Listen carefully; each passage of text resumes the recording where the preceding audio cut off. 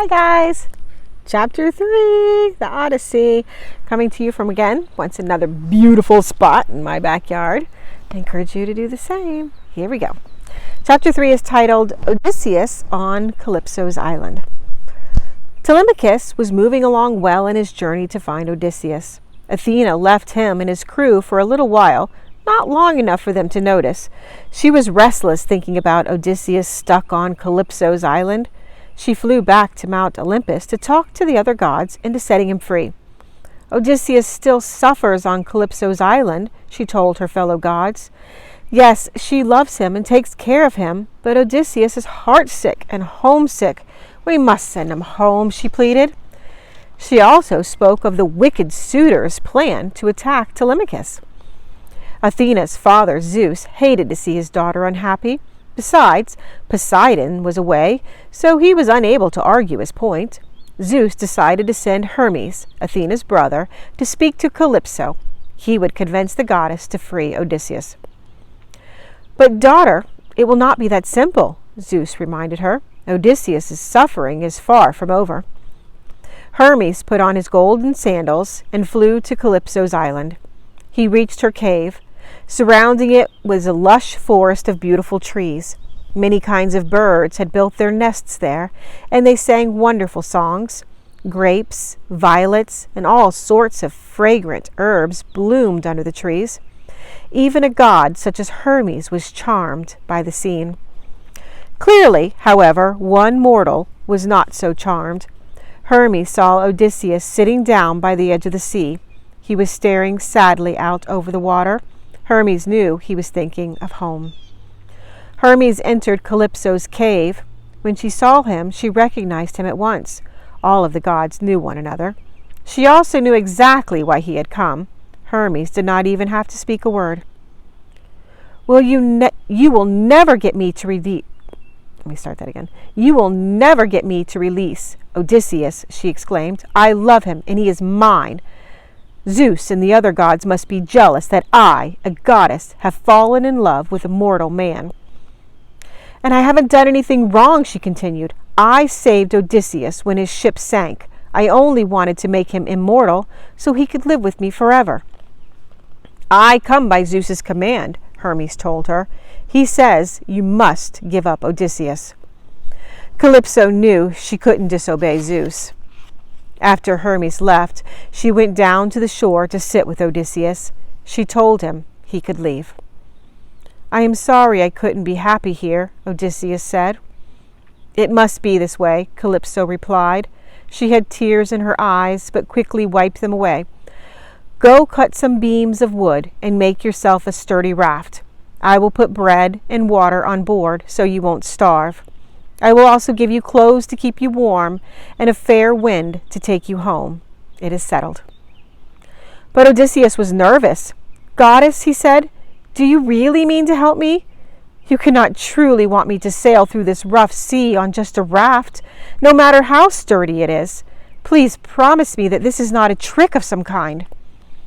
Calypso took his hand. Your trip will not be easy, she admitted, but this is what the gods have decided. This raft is your only way off my island. Go back to your life in Ithaca. Go back to your wife. The heavens above and the earth below are my witness. I promise I am not going to trick you or hurt you.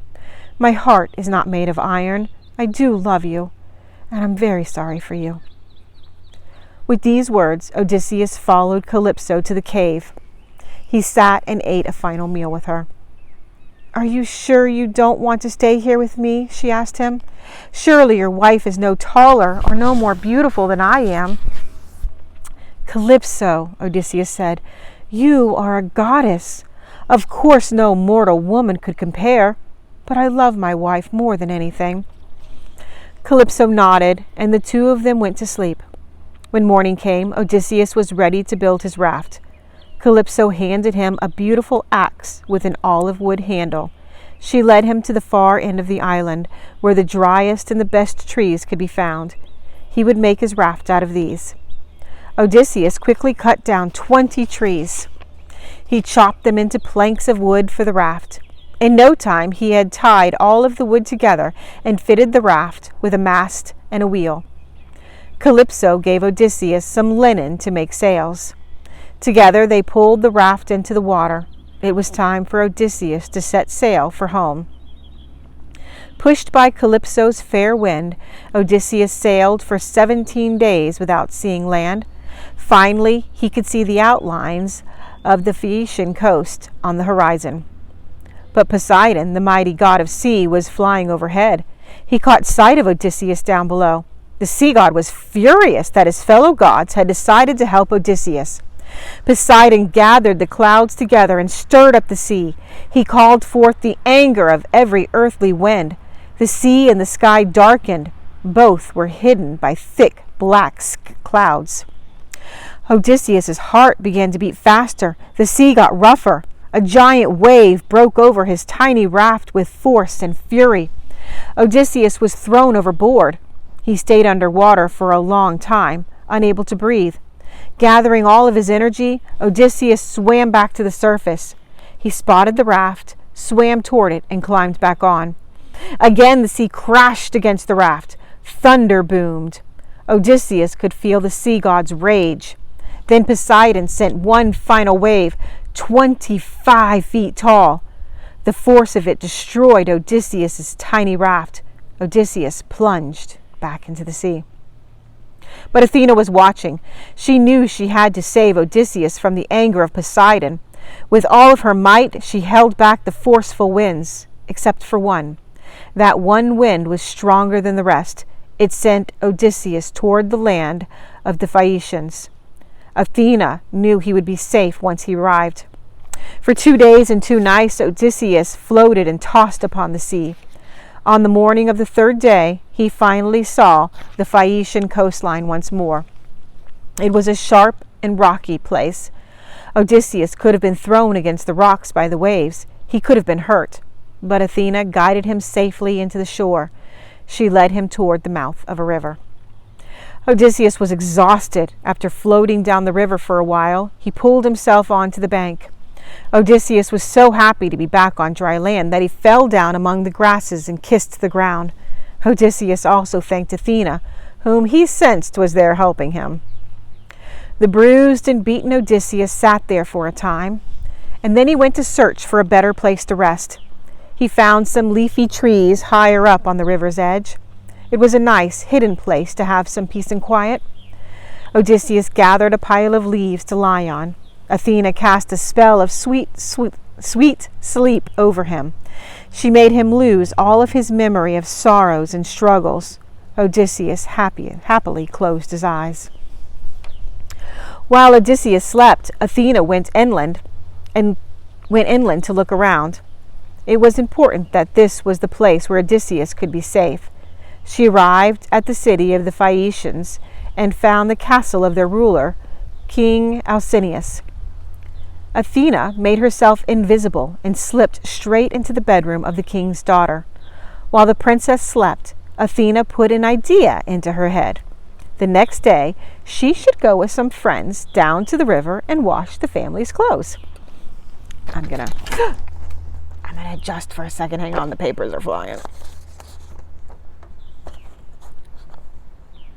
All right. Sorry about that. In the morning, the princess woke with a sudden urge to go to the river. She gathered her friends and asked her father for a horse and wagon, and she took the group to the river. She brought the family's clothes to be washed. The girls washed the clothes and hung them to dry. After the chore was done, they went swimming. They played joyfully, giggling and calling out to one another. Their laughing and shouting woke up Odysseus, who was sleeping close by. He rose, stretched, and crept out from behind the trees. Odysseus covered himself with leafy branches because most of his clothes had been torn to shreds in the ocean. When the girls saw the strange man, they screamed. They all ran away, except for the princess. Athena had put courage into her heart. "Please do not be afraid," Odysseus said. "I need your help. I have sailed here on a tiny raft. The winds and the waves flung me about, and I almost drowned. But a favorable wind brought me here. You're the first person I've met on this island. I beg you, can you please lend me some of your clothes and let me go to town?" The princess looked at the man carefully. His face looked sensible and polite. Besides, he was not alone. She was not alone. Her friends had slowly returned one by one, no longer afraid of him. The girls now gathered around him, offering safety and friendship. I am the king's daughter, and our people here are called the Phaeacians, the princess said. It is our nature to be helpful to travelers. I will give you some clothes and show you the way to town. Odysseus was overjoyed. The Phaeacians were known throughout the land as a kind and generous people. They had lived up to this reputation. But the princess also had some rules. They would bring Odysseus back in their wagon, but they would leave him at the city's outer walls. He would have to come into town by himself, on his own. It would not be proper, the princess said, if I, a young woman and a princess, entered town with a strange man. She didn't want to be a subject for the town's gossip. Odysseus agreed to this. They arrived at the city's outer walls, and Odysseus got out of the wagon. The princess pointed out to a patch of trees by the road. This is where Odysseus would wait. Then come to the palace by yourself. I lost you. I'm not even going to delete that because it'll just bring some humor to our reading. All right, I'm going to finish reading. We're almost done. The princess pointed out a patch of trees by the road, and this is where Odysseus would wait. Then come to the palace by yourself and ask your mother, the queen, she instructed. Not your father, the king? Odysseus asked. My mother is the one you need to win over, the princess said, smiling. Okay, so let's just kind of recap for a second. I'm going to just hold the phone since it fell down off my stand. So Athena went to the gods and she's like, listen, let's let Odysseus go. He's been with Calypso for a long time. He misses home. Can we just let him go? And so they all agreed because Poseidon wasn't there right then, and they knew Poseidon was going to be pretty upset. So they made a decision without Poseidon. They were like, okay, we're gonna let him go. So Athena went down and told Calypso, you got to let him go. Let him go. And so at first Odysseus was like, what? You playing a trick? You're going to let me go? And so he was finally reassured that he was going to get to go. And so she helped him set up a raft. She decided to give him some food. And so he set sail. She gave him some favorable winds. But as he was traveling, Poseidon was flying overhead, and Poseidon's like, what? What are you talking about? You guys made this decision without me. So he was pretty angry. He decided to brew up a storm and some waves and throw Odysseus off his raft. And so Athena jumped in and tried to once again protect him. And then she had him float for a couple days to the island. And then where he rested, he found Athena went into the heart of the king's princess, and she went down to the river, found him, and has agreed to take him into town, and that he has to go into town and kind of win over the queen. Luckily, the people of this island are very friendly, helpful, and we're going to see what happens if he can win over the queen's approval and get some much needed help to get home.